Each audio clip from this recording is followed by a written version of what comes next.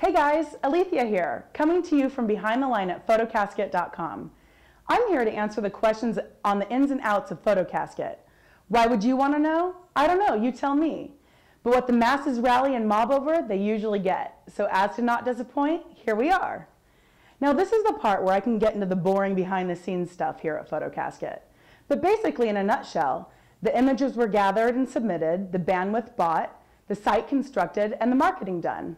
Then you came, you saw, and you kept coming back. Well, that wraps that up.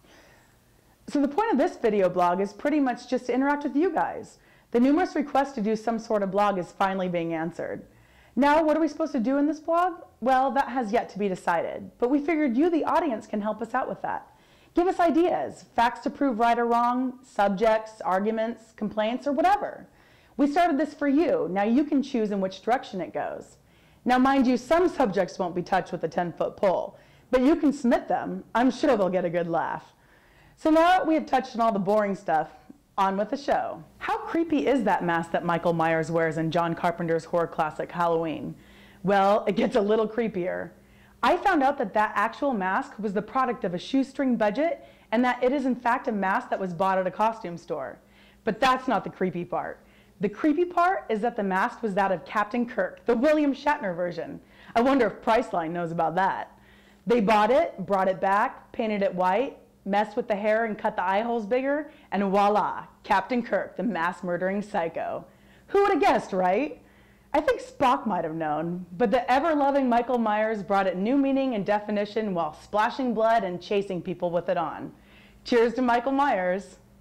Now, from the horror classic of a legend to the legend of all that is cartoon. Did you know that there's a basketball court in the peak at the Matterhorn at Disneyland? Well, there totally is. It's not a regulation-sized court, but it's there for the employees to enjoy. The tale goes that the basketball court was constructed inside the mountain while the Matterhorn was being built. Anaheim City Ordinance didn't allow building structures to exceed a certain height except for sports facilities.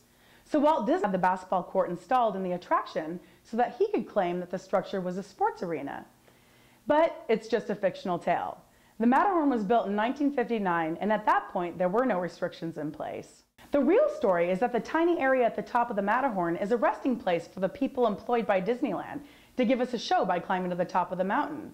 The actual basketball court came to be when one of the hired climbers brought a ball and hoop and then installed it when the weather was too bad to entertain us with a show. Not so fancy, but factual. Now, from the sacred movie maker for children to the exceptionally odd. The number 666, the sign of the devil, evil, or all that is condemned. Did you know that there's actually a term for people who are afraid of this number? Really? Not only is there a name, but a clinical phobia that goes along with it. The actual term is hexacosio, hexaconta, hexaphobia. Let's say that again. Hexacosio, hexaconta, hexaphobia. Now, if there are any Iron Maiden fans out there, and let's hope there still are, you're going to recognize this. Woe to you, O earth and sea, for the devil sends the beast with wrath, because he knows the time is short. Let him who hath understanding reckon the number of the beast, for it is a human number. Its number is 666. The number of the beast, the phobia behind the number. Is there anything in this world there's not a medical excuse for? I wonder, what are the symptoms? Do you burst into flames at the sight or sound of it? Do you need holy water to protect you from it? The only clinical reaction that I can find is simply an allergic one. Bah! I mean, if you're going to give it a name like that, at least make the symptoms just as bitchin'. Think you don't know anyone with this phobia? Well, I beg to differ. It can be linked to Jimmy Hoffa, Rom Jeremy, and well, of course, Jesus. So that's it for now.